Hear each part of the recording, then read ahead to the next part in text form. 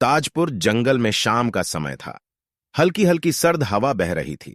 आसमान में बादल थे। ऐसा लग रहा था जैसे बरसात होगी। सब जानवर अपना खाना खाकर तेजी से अपने अपने घरों की तरफ जा रहे थे। बीनू बाज भी आसमान के रास्ते अपने घोंसले की तरफ जा रहा था।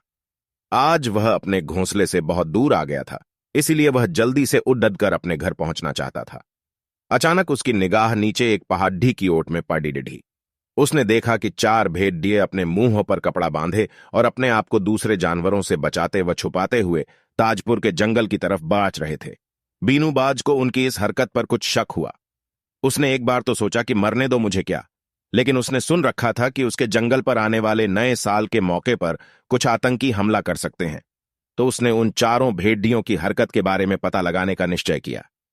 वह धीरे से नीचे आया और एक पेड़ पर छुप कर बैठ गया। अब बीनू बाज तो उन 4 भेड़ियों को देख सकता था, लेकिन वो 4 उसको नहीं देख सकते थे। वो 4 भेड़िए भी उसी पेड़ के नीचे आकर बैठ गए। काले बादलों की वजह से अंधेरा होने लगा था। 4 भेड़ियों में से एक बोला, बस अब थोड़ी देर की बात है जब ताजपुर जंगल के सब जानवर सो जाएंगे और फिर हम उन पर हमला कर देंगे। दूसरा बोला, हाँ, सब अपने अपने हथियार चेक कर लो। इतना कहने पर सबने अपने थैलों में छिपाई हुई आधुनिक बंदूक को निकालकर देखा और सबने एक साथ कहा, सब ठीक है। अब बीनू बाज भी घबरा गया और उसका शक ठीक था।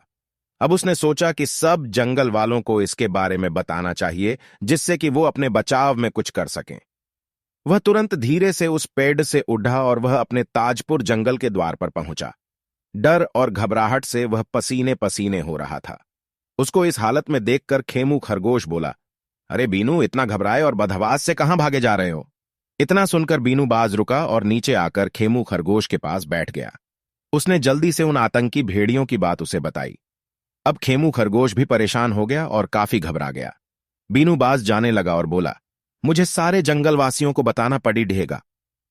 इतना सुनकर खेमू खरगोश बोला, बीनू, यदि तुम ये बात सारे जंगल को बताओगे तो सारे जंगलवासी घबरा जाएंगे तथा जंगल में ज्यादा हलचल और भगदड़ मच जाएगी। इसे देखकर हो सकता है कि वो भेड़िए आज हमला ना करके फिर कभी करें, और हो सकता है कि अगली बार हमें ना पता लगे कि वो कब हमला करेंगे। इसलिए उन्हें हमें आज ही पकड़ना पड़ेगा और अपने जंगल को भी बचाना पड़ेगा। बीनू बाज को खेमू खरगोश की बात में दम लग रहा था। वह थोड़ी देर चुप होकर बोला, फिर हम दोनों कैसे अकेले अपने जंगल को बचाएं? खेमू खरगोश बोला, हम दोनों ये नहीं कर सकते, इसलिए हमें और साथी लेने पड़ेंगे। हमारे पास समय है, वो लोग सबके सो जाने पर ही हमला करेंगे। अब हल्की बरसात शुरू हो चुकी थी। इतने में खेमू खरगोश बोला, मुझे एक तरकीब सूझी है, तुम मेरे पीछे आओ। खेमू खरगोश और बीनू बाज जल्दी से ताजपुर जंगल के सेनापति चीना सिंह चीता के पास पहुंचे और उन्हें सारी बातें जल्दी जल्दी बताईं। वो उनकी इस बात से सहमत थे कि उन्हें हमें आज ही और बिना किसी शोर शराबे के पकड़ना पड़ेगा। तभी खेमू खरगोश ने उन भेड़ियों को पकड़ने की एक योजना बताई तो वो खुश हुए। सेनापति बोला, हाँ, ये ठीक रहेगा। इससे हम उनको बिना किसी शोर शराबे के पकड़ सकेंगे।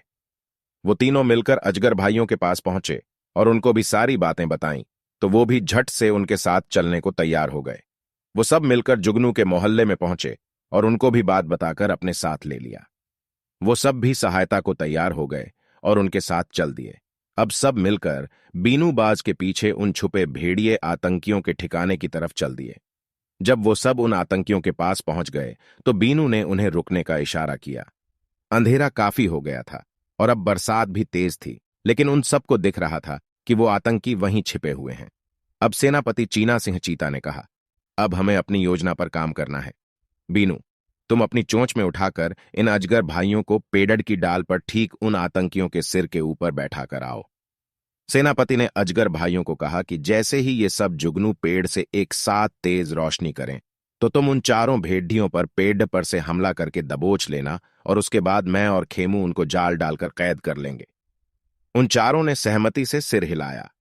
बीनू ने वैसा ही किया और एक एक करके उन 4 अजगर भाइयों को डाल पर अपनी चोंच से ले जाकर बैठा दिया था और उन आतंकियों को एहसास भी नहीं हुआ। उसके बाद खेमू खरगोश ने जुगनू के दल की तरफ इशारा किया तो वो लोग पेड़ के ऊपर झुंड में खड़े हो गए। जैसे ही खेमू खरगोश ने मुंह से आवाज निकाली तो तुरंत जुगनू चमकाने लगे और इतनी रोशनी हो गई कि वो आतंकी साफ दिखने लगे। तुरंत ही चारों अजगर पेड्डर से एक एक करके उन पर झपटे। इससे पहले कि वो कुछ समझ पाते, खेमू खरगोश और सेनापति चीना सिंह चीता ने उन्हें जाल में पकड़ डीट कर कैद कर लिया और झटपट बीनूबाज ने उनके हथियार छीन लिए। वो अब पूरी तरह से कैद में थे। उनको पकड़ कर उसी समय जंगल के राजा शेरसिंह के सामने पेश किया गया। सेनापति ने सारी बात विस्तार से राजा को बताई और ये भी बताई कि इसके बारे में पहले आपको क्यों नहीं बताया गया था, ताकि ज्यादा शोर शराबा न हो और ये आतंकी भेड़िए सतर्क होकर भाग ना जाएं।